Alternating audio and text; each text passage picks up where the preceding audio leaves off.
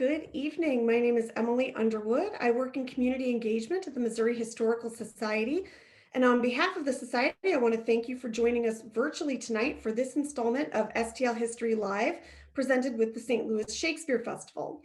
I want to begin tonight by acknowledging that we gather today on the ancestral lands of Native peoples who were removed unjustly, and that we in this community are the beneficiaries of that removal. We honor them as we live, work, and study on these lands. And today we're coming to you from the lands of the Illini Confederacy, the Osage Nation, the Missouri peoples, and many other tribes who have called what is now known as St. Louis, Missouri home. Before we get started, I do have a few things to mention. Safety is, of course, a top priority. So the programming mostly remains virtual at the museum right now, but we are open Wednesday through Sunday with several safety precautions in place. We would love for you to visit if you feel comfortable doing so. Advanced reservations are required to visit both the Missouri History Museum and our Soldiers Memorial Military Museum. You can visit mohistory.org to plan your visit and reserve your free tickets. I want to thank all of the Missouri Historical Society members for your support. We are so grateful for your contributions and for helping us to keep history alive. If you aren't a member yet, of course, we would love for you to consider joining today. You can do that by visiting mohistory.org/support. And I also want to thank just everyone in the St. Louis City and County area for your contributions through the Zoo Museum Tax District. So thank you for your support as well. The STL History Live virtual programming series mostly takes place on Tuesdays at 11 a.m. and Thursdays at 6:30 p.m. We also have monthly Soldiers Memorial Chow and Chat programs. Those are always on a Wednesday at noon. You can find the entire lineup of programming on our events calendar at mohistory.org. And you can also find it under the events listing on the Missouri History Museum Facebook page. And finally, when you close out of the program today, you should notice that a tab is opened up in your browser with a very brief survey. We always value your feedback, so I do hope you'll take a minute or two to fill that out. Let us know what you think about the program tonight. We sincerely appreciate that feedback, so thank you in advance for helping with that.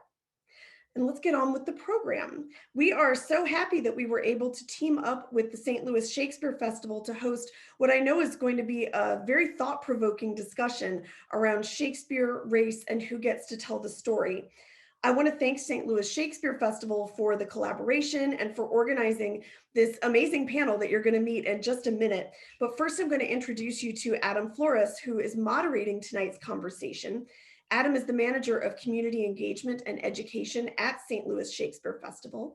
He began working in community engagement theater as a performer in the Shakespeare on the Streets program on Cherokee Street in 2012. And we're so happy he's here to steer the conversation tonight. So Adam, thank you so much. And I'm going to turn the program over to you.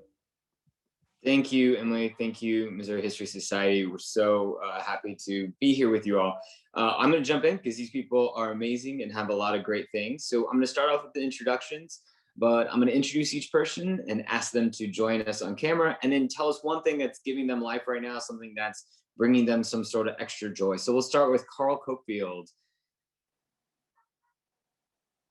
Carl is the director of our production of King Lear, a main stage in the park, and is also the incoming chair of the graduate acting program at Tisch NYU, which is an awesome opportunity. We're so excited for you. Congratulations for that as well. Carl, welcome. What's bringing you joy right now? Thank you so much, Adam. Being back in the creative process of making theater, working with extraordinary, talented actors, supremely talented designers, and being able to share that with the St. Louis community is something that I will never take for granted again. So glad to have you here, and glad that the weather's gotten a little bit nicer for you here in St. Louis, so we can show off a little bit. That's great. Next up, we have Dr. David Sterling Brown, assistant professor of English at Binghamton University and the 2021-22 ACLS Mellon Scholars and Society Fellow. Welcome, Dr. Brown. It is a pleasure to have you. All right, thank you for having me. Glad to be here. What's bringing you joy, Dr. Brown? Right now, my writing is really giving me life. I have to say, being inspired by things that are going on in the world.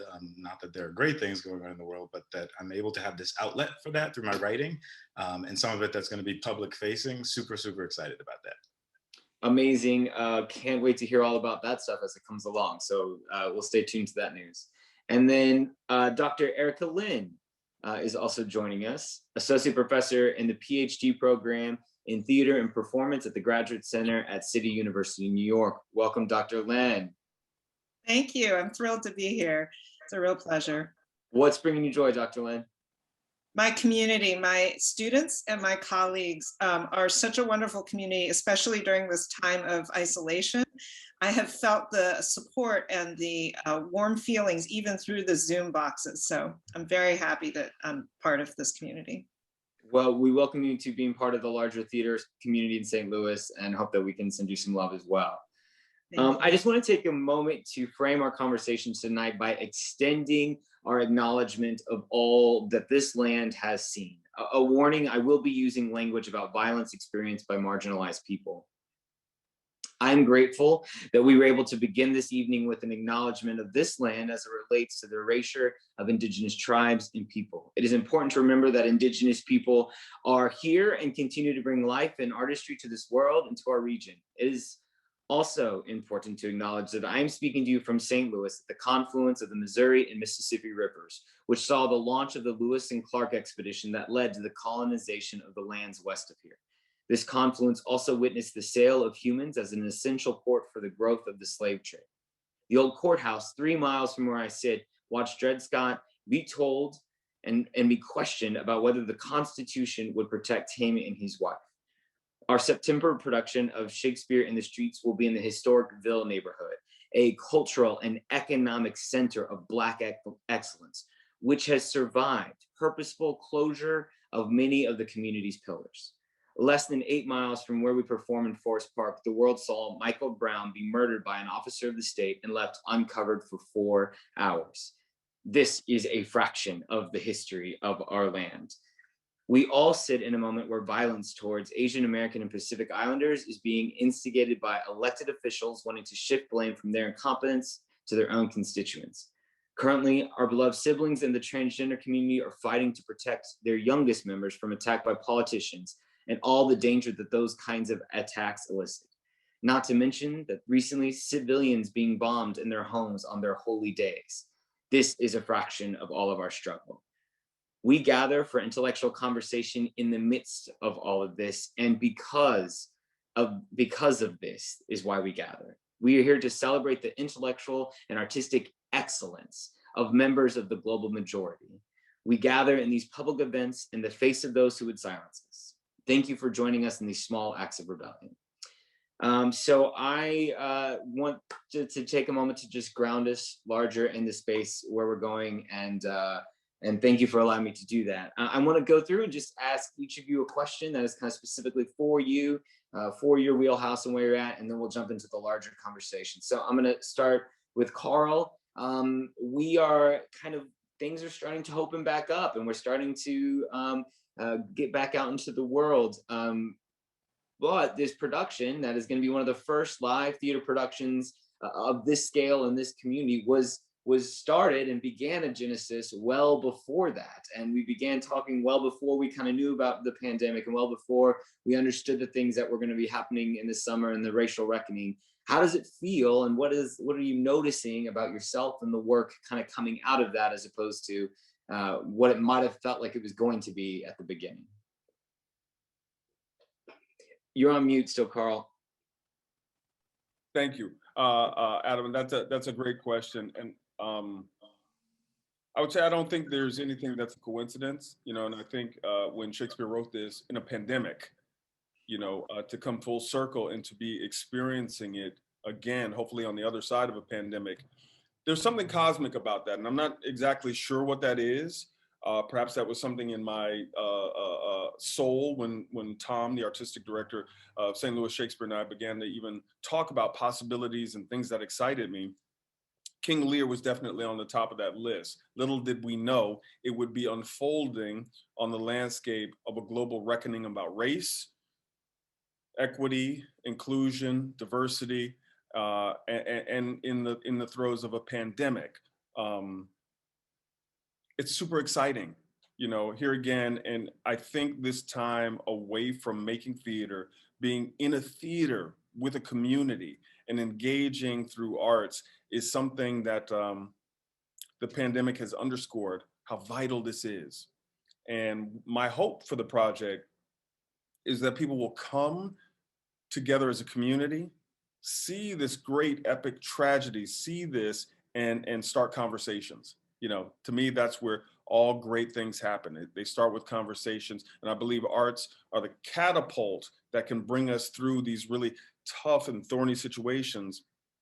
And my love in particular for things like King Lear are the big questions that they ask about pride, about hubris, about homelessness, and all of these subjects and themes resonate so strongly in King Lear that I think, you know, thousands of years later, here we are, you know, like the Greeks, we're still talking about it. So my hope for it is that, one, we get back to a ritual of theater, which is so important.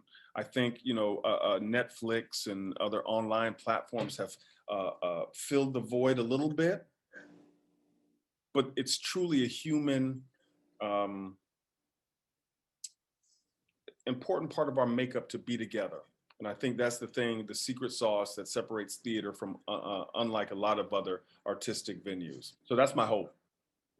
I love it. That's great. Carl, I also love that you use the word vital. I had been saying during the pandemic that theater work didn't feel like essential work, but it felt like vital work. And and as we've been grappling with these issues of what's essential and what's not, that I love that. That was one of the spaces that I was feeling reflective of it as well. I want to pivot, Dr. Lin, this pivots perfectly to some of the things that you've talked about in the past. You've talked about festive practices and the relationships that those festive practices have to community building, which Carl is mentioning, that this is hopefully going to be that thing, which we know it will be, because St. Louis loves a free outdoor event like nobody else. I tell you what.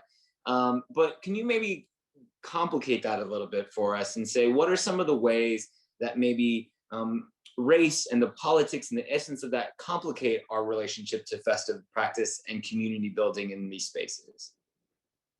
Absolutely. I love what Carl said about how theater is a form of gathering, and that ritual gathering is really important, that we come together. One of the things that's really interesting to me about festive performance in particular, both in Shakespeare's day and today, is the way in which role-playing plays into that. We see it most commonly at Halloween these days, but in Shakespeare's time period, it happened at all different kinds of holidays. There was cross-dressing, there was role-playing, there's also racial impersonation. And that is one of the things that complicates the notion of exactly how communities come together, and what does it mean to be inclusive?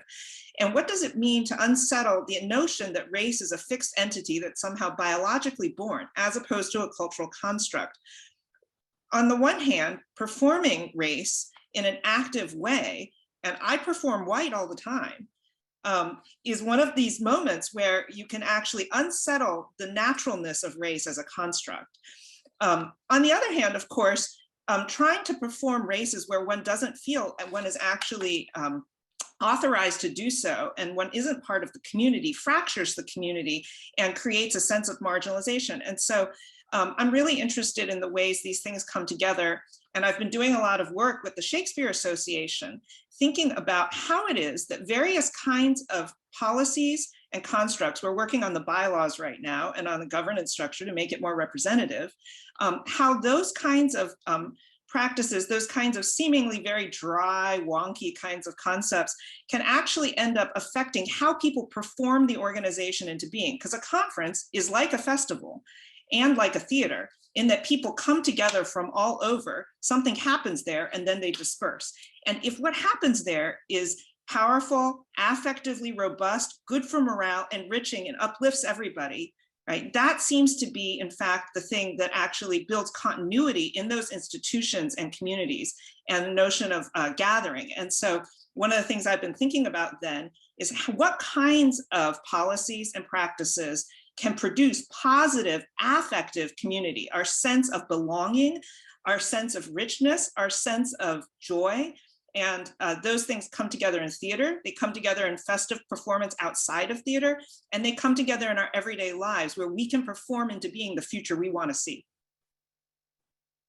I love that. That's so great. Dr. Lynn, I want to just follow up with one point that you made, because I think that you said that you talk about how you oftentimes perform whiteness, and as this panel all nodded, because this panel works in predominantly white spaces, and I think that we all know what that means. But can you just speak a little bit more about that? Is because I think it's going to come up more in our conversation. I just want to give you an opportunity to frame that for someone who might not understand what it is you're referring to in the way that we do. Okay, sure. So when I talk about performing whiteness, I mean that all of the unspoken cultural codes and social forms of interaction in our society are actually based on a certain set of dominant expectations, which are white. And they are also patriarchal. Okay, so sometimes I also perform white man. In this particular instance, part of what I'm doing in the way that I'm even speaking right now is performing a kind of whiteness. At the same time, of course, I'm calling attention to that. So part of what I'm doing is performing the performance of whiteness.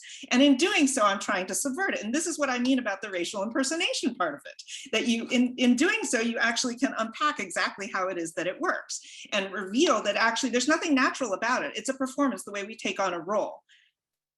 So I hope that clarifies for our general audience.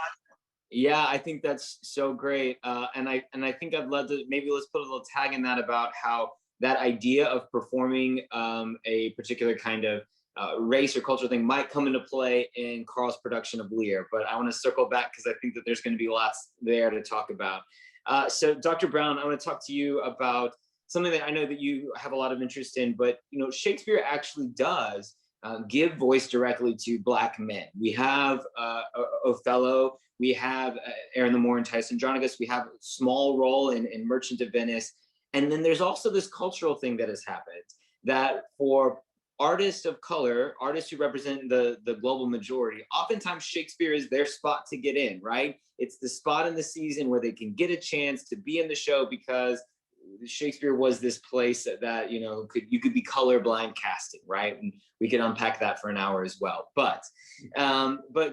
Brown, I know one of your things that you're really interested in is like when, but at the same time, Black men, and then to a higher extent, oftentimes Black women are being silenced overall in our art making and in theater making. And so there's a silencing that's happening there.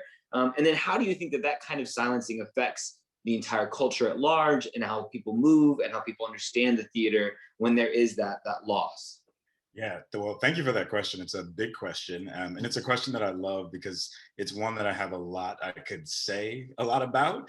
I know I've got about 4 minutes here, so I'm going to keep it to bullet points, right? So on a basic level, the silencing creates erasure. It creates erasure of those Black voices. It creates erasure of the Black actors, and even an erasure of their ability and their desire to tell the stories that exist within Shakespeare's plays. And that has real implications for the theatrical pipeline. So directors should be clearly aware of that. Secondly, the silencing facilitates gatekeeping. Right, so it hinders the development of Black talent, so the theatrical system ends up reproducing itself, and it reproduces whiteness. So, you know, Dr. Lynn just mentioned that whiteness and the performance of whiteness. You're getting that reproduced all the time on the Shakespeare stage, and it also reproduces non-Blackness in that sense, right? Because sometimes there will be non-Black actors who may not be considered white on the stage, but the gatekeeping essentially falls in line with what our Shakespeare colleague, Dr. Arthur Little, asserts as Shakespeare being deemed white property, right? Like Shakespeare belongs to white people.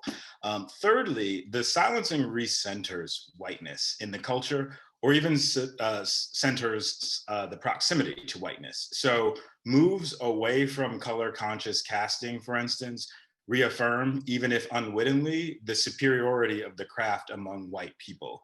And I'm saying unwittingly there, not at all to let casting directors off the hook because they make deliberate choices, but to emphasize the work that whiteness does when it gets rendered racially invisible. So right, like to Dr. Lynn's point, we need to be aware of it, we need to call it out, and we need to think about it and unpack it. Fourth, the silencing, and this is to me one of the most important things, the silencing reinforces the dynamics of what my Binghamton University colleague, Dr. Jennifer Lynn Stover, refers to as the sonic color line. And she has a wonderful book called The Sonic Color Line, Race and the Cultural Politics of Listening. And there she asserts that race is as much an oral as it is a visual phenomenon. And so we hear race and we see it. So the absence of Black voices on the stage, like the absence of physical Black bodies or Black people on the stage, it reinforces the racial asymmetry that is characteristic of white dominance or white supremacy, because it's constantly needing to reassert itself and its power. And as one of my former University of Arizona colleagues referred to whiteness, she said it's a matter of improvisation, which is a great word for actors, and convenience. And just a couple other things, and I won't elaborate on all of them, but the silencing facilitates social and cultural conditioning. It makes me also reflect on space, right? Like who gets to belong in the theater world and where within the theater world do they get to belong, right? Are they on stage, or are they the usher guiding you to your seat, or the person giving you your ticket? Do they only exist on one side of that fourth wall? Those questions about space are important.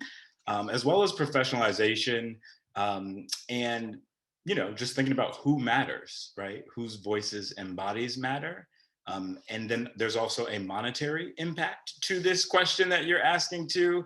And then lastly, the silencing contributes to the perception of who can be an authority and who gets access to opportunity and how and why, right? So I think about children who maybe aspire to become actors, but depending on what they see or don't see on the stage, that can really have an impact on their psyches in terms of, can I really be Juliet one day? Or can I really play Hamlet one day? And so representation on the stage is vitally important. And this is not to suggest that, a white actress can't inspire a young Black girl, but that source of inspiration may come with limits.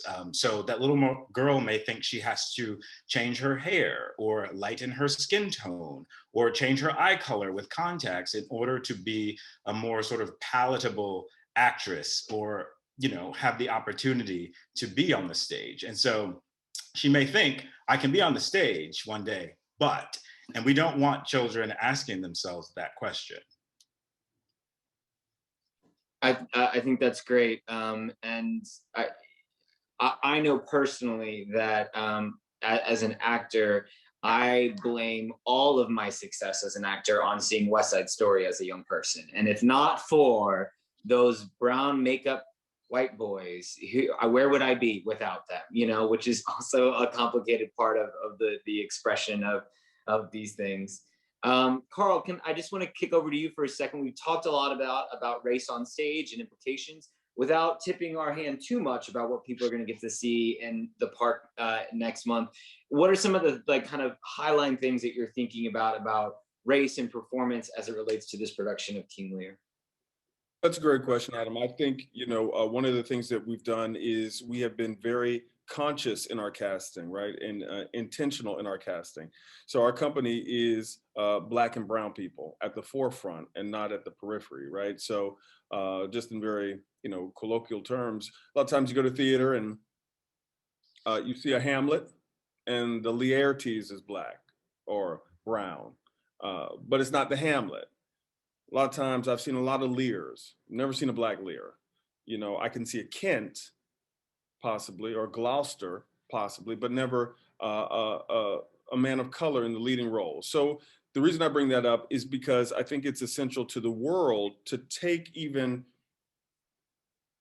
that out of the calculus of the story. And by that, I mean, when we have all brown and Black people on the stage telling this story, I would contend that it resonates in a different way, right? And a lot of times I'm challenged in saying, well, why do you even want to do Shakespeare? And I always counter back to that. When Francis Scott Key wrote the national anthem, it resonated one way. When Jimi Hendrix put his flavor on it, I would say it resonates in 1,000 other ways that perhaps Francis Scott Key may or may not have been aware of. So I use that same analogy in when we craft Shakespeare and tell it through a different lens. I come from a school of thought when I was going through actor training that Shakespeare was so robust, you could do it anywhere. You could put it on the moon. You could put it underwater. And if you were dramaturgically sound, it would make sense. And my responsibility as an artist is to challenge that. If that is in fact true, let's do it. Let's put it in a Northern African country and see if it still holds its merit and still tells the story of a family drama set on a political landscape. And I'm very excited to share our King Lear shot through a different lens, right? Shot through a more global majority lens to see if that is in fact the story and how it resonates with our community. I also want to just point out to say explicitly that we also have Black creatives behind the scenes as well, right? So you're not just seeing people of color on front, but to Dr. Brown's point, they're also creating the behind the stage stuff. And Carl, I also love that point that like people talk about the universality of Shakespeare, yet they all want to do it the same way. And that's such a complicated and frustrating place to be in. So I love that point. I'm going to jump to another question that I kind of framed for you all. So in this conversation, we've been talking about like interrogating the canon, whether it be Shakespeare or the national anthem or whatever. And I posed to you just like, what are some examples that we can point other people to say, here is someone who represents the global majority, someone responding to the Western canon and messing with it or being in conflict with it in some sort of way that's either surprised or shocked you or held you in some high esteem in your past. Dr. Lynn, I'm gonna start with you if that's okay, if you've got an answer for us. Yeah, a artist of color who's worked a lot with canonical work is Brandon Jacob Jenkins. Octoroon is one that comes up often, but also more recent one, Everybody, which was a reworking of the morality play, medieval morality play, where you have allegorical figures, but with the allegorical figures, and this speaks to Carl's point about universality, although they are the personification of abstract concepts and therefore should be universal, in fact, are often simply assumed to be presumptively white and also presumptively male and presumptively straight and presumptively able-bodied. Okay, and so part of what happened in this production was the use of a, I don't even know what you call those things. You have them in bingo halls where you can actually turn the dial and you have a large clear circle and you can draw out of a bucket essentially who's going to play each role every night. And the actors of all different types of sizes and shapes and colors and abilities and races. And it was a very interesting production because they didn't know their roles from night to night. Everybody is everybody. And so rethinking exactly the presumptive universality of something like a character that represents a concept, okay, which is the most universal, I think is an interesting way of thinking about what the canon is. Can we reappropriate the canon, such as Shakespeare or medieval theater, and reapply it in the current day artistically to different ends? Dr. Brown, you got anything that you want to say this was surprising or interesting to me? Oh, so interesting. Definitely Keith Hamilton Cobb's American Moor is a fabulous, fabulous, fabulous play that I think hauntingly beautiful in its representations of both the racism that actors endure in the process of trying to get into or break into the profession, but also in terms of its highlighting the struggle, right? We're talking about universality, and that idea of the struggling actor pops into my mind as some kind of universal experience that actors go through, right? But when you really break that down and you look at Cobb's play, for instance, the experience for the Black male actor is very different than that for the white male actor or the white female actor or the Black woman actress. And so there's a lot to be said about both the universal, but also in terms of the brilliant work that Cobb does. And then another perhaps lesser known work, but I think it'll become more known, is a play by Thai Australian playwright Anchuli Felicia King, who wrote a play called Keen that is a riff on Othello, and it's not an adaptation, but in 2020, the Red Bull Theater and the American Shakespeare Center put on a reading of that play that starred like Paul Gross and Grantham Coleman, Sarah Suzuki, and others. And it's so neat because it centers on a 3-day Shakespeare conference. And when Erica was talking, Dr. Lynn was talking earlier about, the work that she does with the Shakespeare Association, and these changes are happening to the bylaws, and we want to think about community and belonging and gathering, right? This play is all about that. Everyone at this 3-day Shakespeare conference is white, except for 2 characters, one Black man and one Japanese woman. And whatever you can imagine that they go through at this 3-day Shakespeare conference in this quote unquote sea of whiteness, it's there in the play. And I think I was surprised by, King's play because of how closely it represented really my lived experience, and also the lived experience of other people who have been in similar environments, and not just a Shakespeare conference, but any environment where it's white dominated. Dr. Lynn, we would be remiss if we didn't kick it to you to add anything about American More. Just if you had any quick other little endorsements for Mr. Cobb's show. American More is a wonderful show because it actually, one of the goals is not simply to think about what is somebody else's experience. Oh, now I have a representation of a Black man and Black actor's experience, but rather to think about exactly the way empathy works. One of the things that's amazing about theater is that you have the experience of being in community with other people physically. Now we are in this isolated pandemic world where we're not physically present. And so we're trying desperately to empathize through the Zoom window. American More is actually about what it means to put yourself in someone else's shoes. And that play, he says he plays the actor and he was the playwright in the play. And he specifically talks about hear me, see me. Mm-hmm. And it's a plea to understand each other by actually listening and caring, and not spending all our time putting ourselves forward, and the conditions of artistic practice being very challenging financially. People are often forced to, and academia is the same way, as Dr. Brown knows well, that there's some jockeying for status because you're intent on making your mark in order to survive. We work in a capitalist system, we have to make our rent. But nevertheless, when we think about what does it mean to be in community and to do something for someone else, no strings attached, not because we need something back, and to empathize with another human being and their experience, right? I think that's what that play brings up. And that is universal.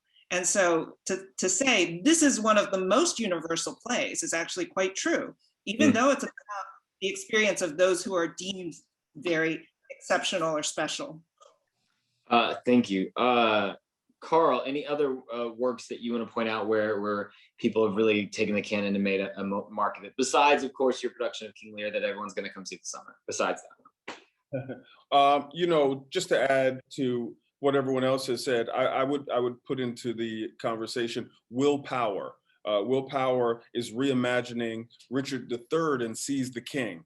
And he's doing it in a very sophisticated way, which makes use of the musicality of language that certain groups have.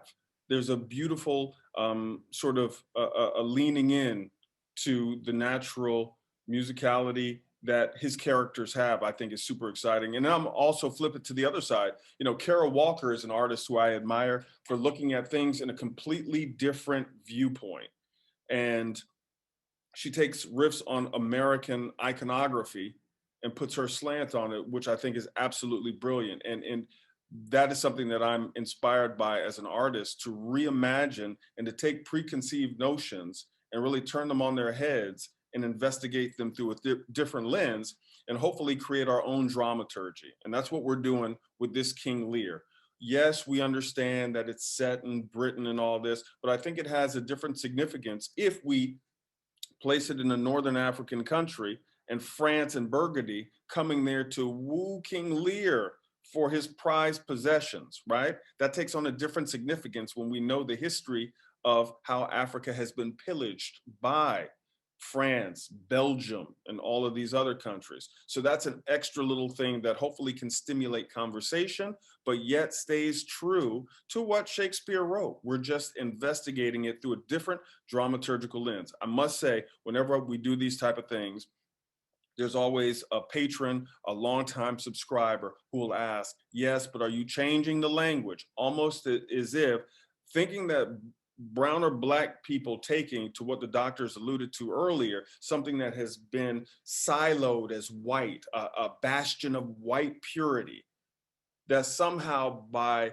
you coming in contact with it are going to lessen it or change it or do something to it. Usually I have to talk that person off a ledge and say, no, in fact, we're going to do every word. The words might sound a little bit different, but they will be the words. So those are the things that inspire me when we talk about, the artists who are giving me life, so to speak. Yeah, that fear that something's gonna get, like that because at the same time though, Carl, every white production changes the language in some way, right? Every white production is picking certain words over others, or this or that and the other, and as if we are any less capable of doing that as if people of color is part of that, like that holding to. Dr. Brown, did you have something you want to say about that, please? Yeah. What you're making me think of is how, and this happens even in Shakespeare's plays, right? This coming into contact with the other somehow contaminates Shakespeare, right? And that's really what's sort of at the heart of that concern that this person was inquiring about to Carl, is just, are you going to ruin or alter my Shakespeare as I know him,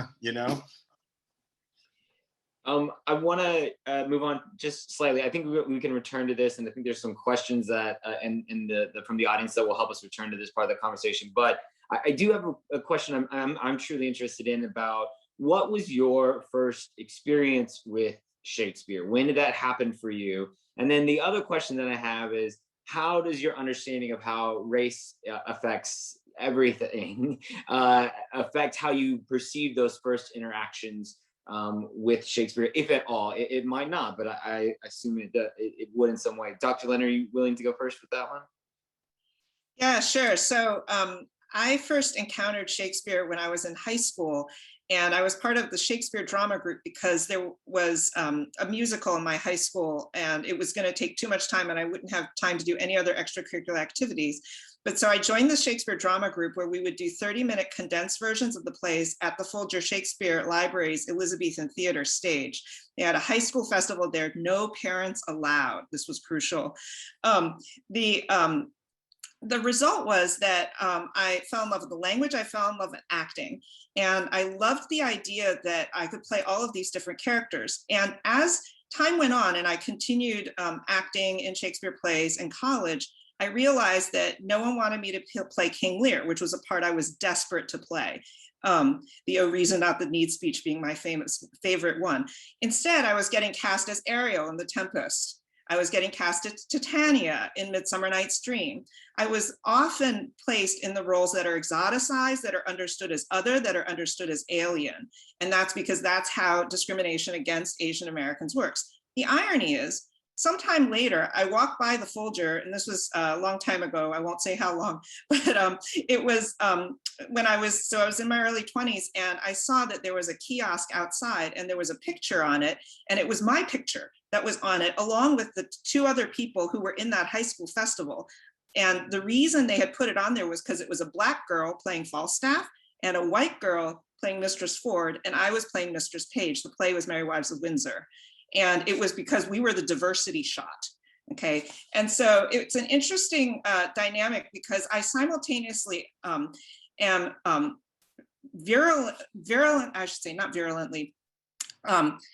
vigorously eager to change our entire society, to make it more inclusive, to make it more whole, and to make there be a place for people like me, and for people like me to play King Lear.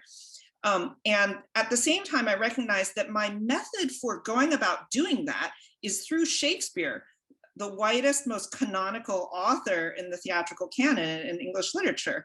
And so there's an irony there, because in a way, part of what's happening is I'm using Shakespeare's prestige as a stepping stone to try and open it up for everyone.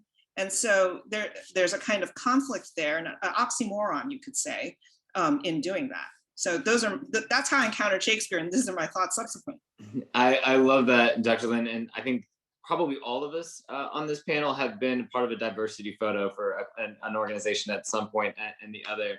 I'm going to turn the same question over to Dr. Lynn's mortal enemy, Carl Cofield, for not casting Dr. Lynn as Lear, instead choosing Andre de Shields, which seems a gross misstep on your part, Carl, at this point now. I don't know. Adam, thank you for putting me on blast. I was going to Dr. Lynn and see if she had any plans for the next 8 weeks to come out and perhaps do, you know, an alternating Lear, which I would be super excited and pay good money to see. So Dr. Lynn, we'll talk offline. Thanks, Adam. No, I would say if you pose the same question to me, much like Dr. Lynn, I remember it vividly. I was in theater training in conservatory, and we were moving into the section where we're going to study Shakespeare and the Greeks. It was a combo platter. And my teacher, Mel Schroeder, a brilliant acting teacher, said, "Carl, it's time for you to do Shakespeare." And my exact words to him were, "I'm not going to mess with Shakespeare because Shakespeare has never messed with me." And like a lot of people, it took a great educator in a place to see something in me that at the time I didn't see in myself, and believe in me to push myself and to stretch myself. And that's ideally what I think the college, university, or educational experience should be about. There was a flashlight moment where it clicked to me. I'm a man of a certain age, a Black man from the South who came up during the golden age of hip hop. And for those who are uninitiated with it, it plays on, you know, language, it plays on wit, true hip hop, not some of the stuff we're dealing with now. But in the golden age, it was how clever you could be with language. And much like Shakespeare, you could make up your own words. And if you say them with enough conviction, your audience will intuit what you are saying. And once I was given permission and was able to connect the dots through that, and here again, going back to the myth of Shakespeare being so universal and being adaptable to anything, given permission, that changed the trajectory of my career and my life. And from then, much like Dr. Lynn, I said, well, what happens if I play Henry V? What happens in a crazy world if Falstaff is the tutor to Hal, but much in the same way, Hal is the Elvis Presley who is learning the blues from the Black man who turned him into this musical icon in Falstaff? What happens if we start investigating these Shakespearean plays through that type of lens? What other themes start to come up? And so I've had the good fortune of, you know, doing, you know, Henry IV Part 2 with that in mind, a Black Falstaff. Because to me, when I read Falstaff, it's much like my uncles, who their greatest sort of weapon is their mind and their wit.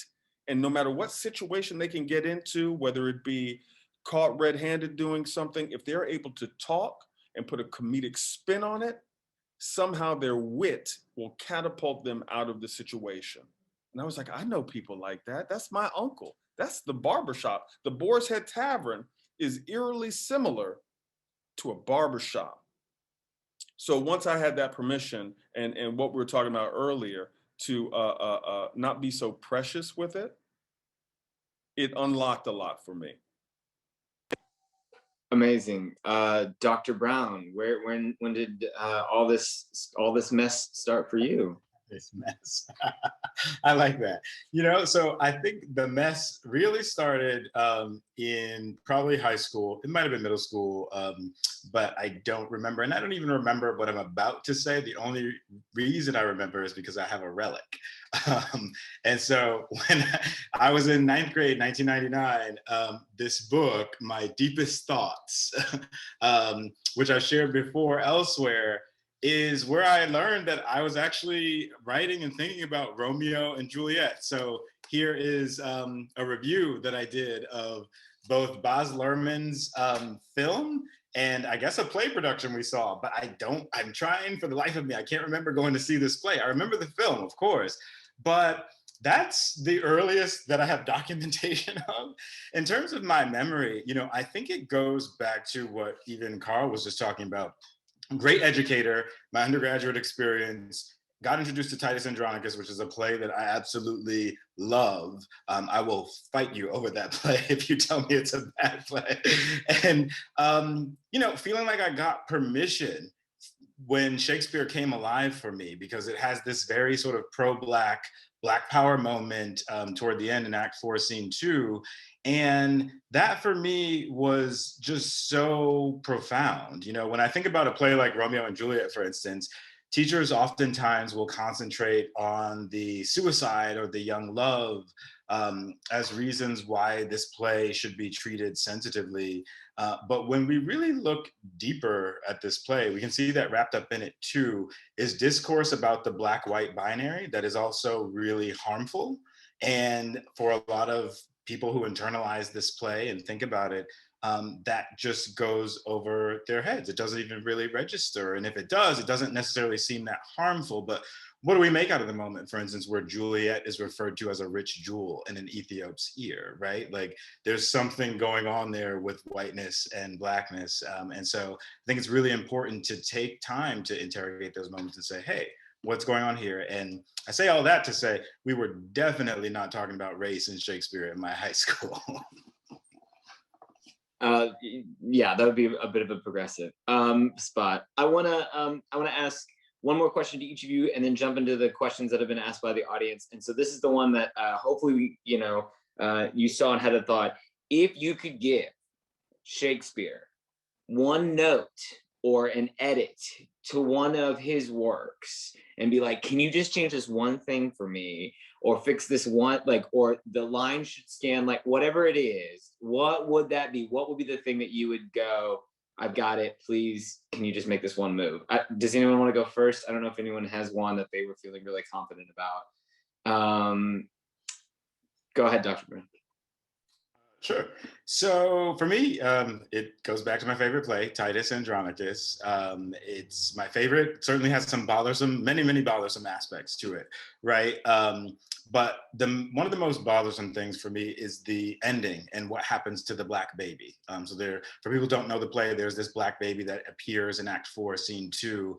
And I need closure. Shakespeare doesn't end the play really letting us know what happens to this Black baby, and I want closure on that. I want to know, did the Romans kill the baby?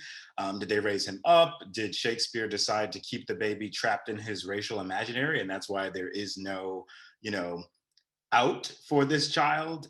Because over the years, and I've been thinking about Titus for probably about 18 years since that moment I just mentioned, but we've witnessed the killings of Black children in this country, for instance. Most recently, I think, would be Micaiah Bryant, the 16-year-old who was killed in Columbus, Ohio, by a police officer weeks ago. And so the silence around what happens to this Black child, it makes the ending of that play harder to bear in the context of now. And so I want Shakespeare I would want him to give me an answer. I want him to write a definitive ending to that, because I want to know, what am I supposed to think about the outcome for this Black child? I love that. That's perfect. Carl, do you got one that you're thinking on? Do you have a note? You don't have to. I mean, you're working on King Lear right now. I feel like, hey, would you just cut this one scene for me? Thank you, Adam. Get out of my brain. There's a couple of things in here. You're like, what am I supposed to do with this? But I think that is one of the, and it's not so much an edit or a thing. I mean, he forces me to lean in. And he leaves room and it's messy and he's like, you figure it out, make it work. So while I'm in the depths of King Lear land, and I would have many questions, and really talk about this Edmund Regan Goneril, what just happened here? Like, when did this, fire get turned all the way up? I can't really say that I'd have, and this isn't a flippant response, my mind is so consumed with King Lear right now. I really just have difficulty reaching back to other plays. So it would be some advice and some tips with King Lear. Great. Totally fair. Dr. Lynn, do you have anything that you've been sitting on? I would love to see what would happen if Henry V was a woman. And part of the reason I think about that is that the play begins with a chorus that asks the audience to use their imagination, right? That would ascend the brightest heaven of invention, right? Why is it that we have to assume that the leader has to be male? And not only that, that war is in fact the defining feature of masculinity. And so in the other plays, the dominant male characters who ascribe to dancing rather than to war are the villains. And so you have Richard III, right? Now I that am not made for sportive tricks, right? Because I cannot prove a lover, I shall prove a villain, he says. And that seems to box men into a no-win situation. When war becomes dancing, it's understood as effeminized. And in this case, the French are feminized in Henry V and understood as the female. And then that's literalized when the French princess, Catherine, is married to Henry and incorporated under that kingdom. And so it would be interesting to see what happens if you have a strong female character, not necessarily presumptively straight, because that whole concept of what it means to be a straight woman is understood as functioning within this kind of patriarchal system in that context, in that play, but also in the way we understand gender. And so complicating that. So my note for Shakespeare is essentially, why don't you look at some of the other plays that were written in that time period? Because there are actually other playwrights who are way more daring, who show queer relationships, who show trans stuff, who are interested in complex non-binary gender, who are interested in thinking about various kinds of performances of identity. And as I was saying before, performances of identity in one area often lead to thinking about undermining natural performances of identity in another.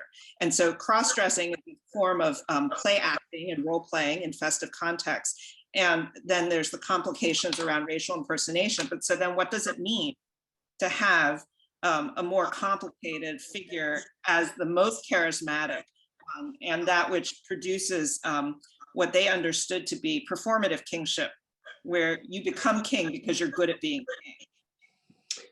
I love that. That's great. Carl will cast you as Henry V in our next version, and then we'll go from there. It'll be great. So I appreciate it. I want to jump into some questions real quick.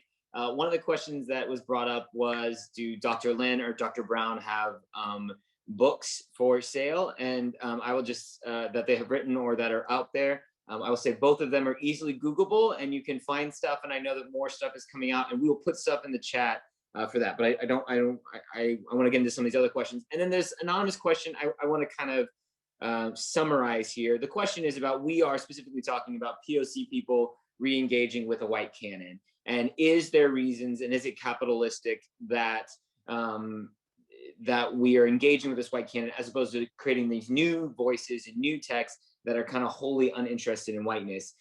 I will just give a quick answer to that from my perspective, and feel free to add to this. I want to be mindful of our time. One of the things is that what most of us are also talking about is working within the American theater, in which almost no person working in the American theater has no person of color in the American theater has the luxury to be not interested in whiteness. It is not something that we can kind of remove from ourselves in some sort of way. You see lots of people who are engaging in new stories or more specific stories to themselves, but it is almost impossible for an artist in America, a person of color, to remove themselves from whiteness wholly in their story. That's my response, but I'm also open if other people, Dr. Brown, if you have a thought that you want to add to that. Yeah, I mean, I think the engagement, as you said, with whiteness, it's an issue we can't really get around, but I think we can get into it. And by getting into it, I mean, is we do the things like Dr. Lynn was talking about before. We need to make whiteness visible. So we don't go sit at Much Ado About Nothing and think that it's not a play about race. It absolutely is. And so the point becomes, how is it about race? What's happening with the language in the play? But also, more importantly, just applying a sort of anti-racist lens to the practices or the opportunities that we have to even go to the theater, right? So someone who is trying to, in their daily life, be an anti-racist activist, for instance, and you go to the theater and you see King Lear and everybody on stage is white. It would be in the interest of so many if you wrote to the director after that and questioned that and interrogated that choice, you know, and asked why perhaps color conscious casting wasn't the go-to there. So we have to exist in this white world, but that doesn't mean we have to accept it at every turn. We can challenge it. I love that language there, Dr. Brown. I want to move to another question unless Carl or Dr. Lynn have anything in particular to add to that. I know we could talk for hours about this thing, so it's hard. Yeah, I do want to move on to this other question because I think this is posed by Michael Tran, who is in our production of King Lear and is great, but talks about the fact that all of us in some form are educators and curious about how do we anticipate the way actors are changed to change as a community as we begin to take these things and integrate these models and move away from that? And what does theater spaces that is equitable, empowering, and liberating look like?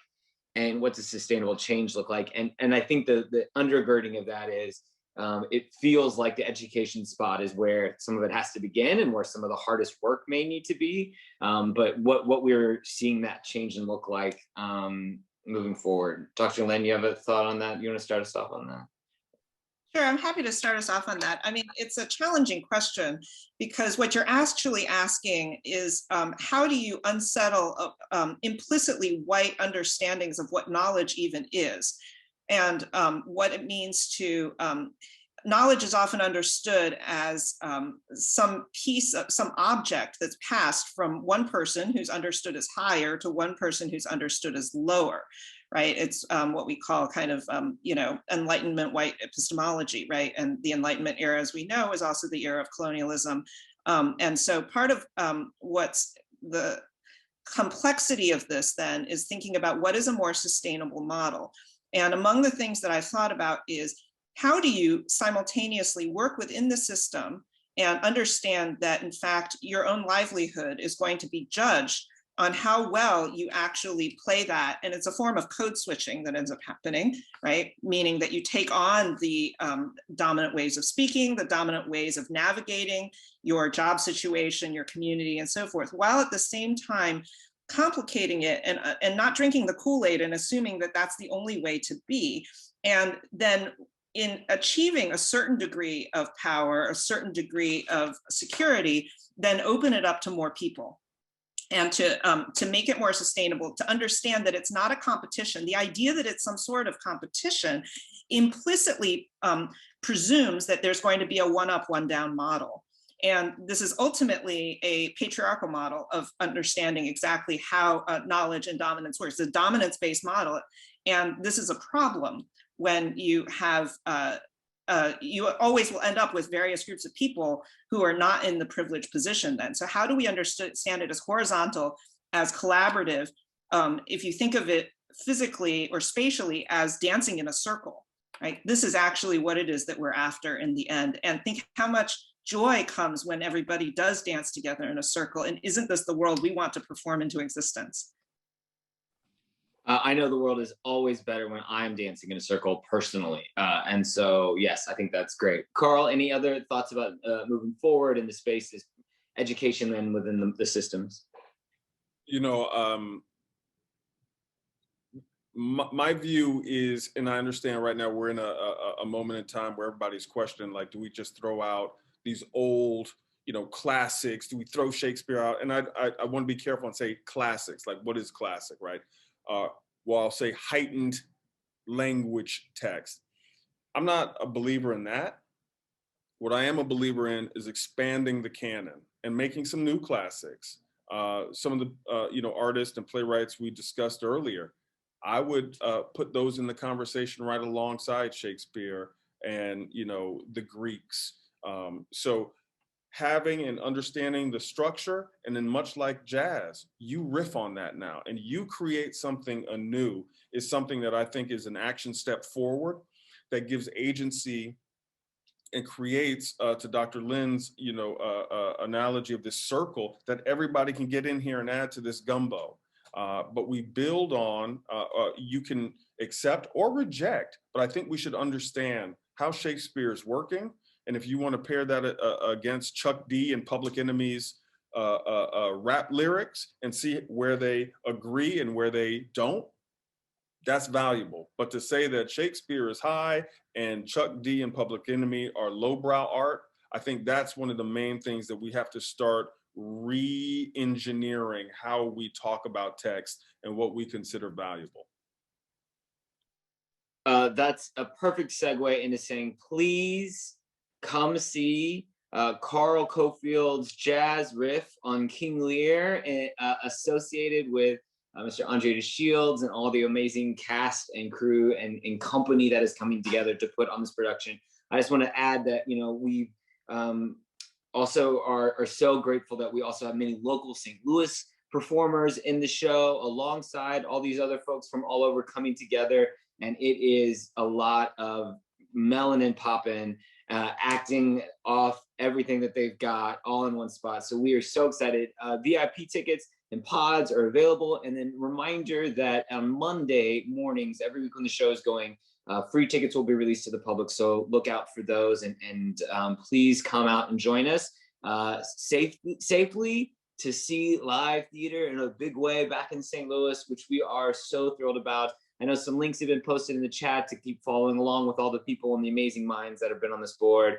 I want to say thank you so much for this conversation and spending time with us and being game. And thank you to Deborah and Katie, our interpreters, who bless them for keeping up with us and doing, figuring out some of the words that we said. Amazing work. Thank you so much for that, and the captioning and helping us try to be as accessible as possible. Thank you all. I'm going to turn it over to our friends at the Missouri History Society. Thank you so much, Adam. Thank you to all of our panelists. Really appreciate all of your thoughtful insights today, and really enjoyed that conversation. So thank you to all of you also for tuning into the program. Don't forget to go back. I think it was posted in the chat. You'll be able to find this for a limited time on the Missouri Historical Society YouTube channel. So that should be posted shortly. And on your screen, I think we're going to share a slide that'll have some of our upcoming Juneteenth programming we wanted to share with you. All of that programming is sponsored by Webster University. The lineup features a mix of virtual and safe in-person programming. It includes a Driving While Black community discussion, bike ride, a yoga and wellness event with The Collective, a concert with Opera Theater St. Louis, and some children's programs. And of course, you can find more information about all of those programs at mohistory.org on our events calendar, or on the Missouri History Museum Facebook page. And again, don't forget to fill out that survey that should have popped up in your browser. Really want to know what you thought about the program tonight and that wonderful discussion. So thank you again. Hope to see you soon. Thanks again to all of our panelists. It was a great night. Thank you.